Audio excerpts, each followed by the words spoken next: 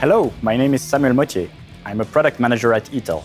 Today, I would like to show you how ETEL combines proven technologies and a bit of innovation to keep pushing performance and to keep reducing cost of ownership. The proven technology here is the CHARON2 platform. So this motion system is among the most popular ETEL motion system in the field, with more than 3,000 units operating since decades. The bit of innovation stands in the way we organize the axis. So here in that motion system, we are operating in an XY plane, but we are not carrying a Y axis. We are just carrying a rotary axis. So we basically operate in polar coordinates. Operating in polar coordinates gives three main advantages. The first of all is obvious. It's a mass reduction. We are not carrying these extra axes. With mass reduction, of course, comes improvement of the throughput because you can reach higher acceleration, in that case, a factor 2. The second advantage of this architecture is that it is very symmetric. So no matter where you are on the substrate, you have the exact same behavior. No side effects being at the end of the strokes, no cantilevered axis.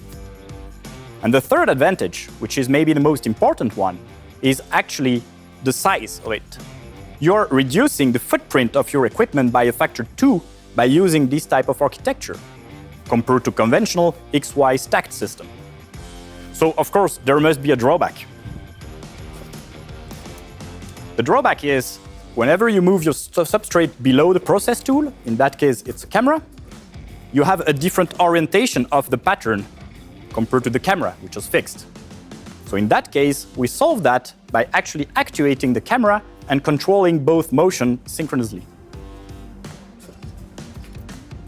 By having a synchronized motion, we align the pixels with the pattern and we maximize the performance of the image system.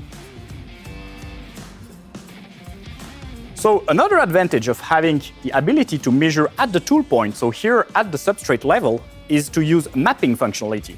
This is an extra layer to improve accuracy of the motion system.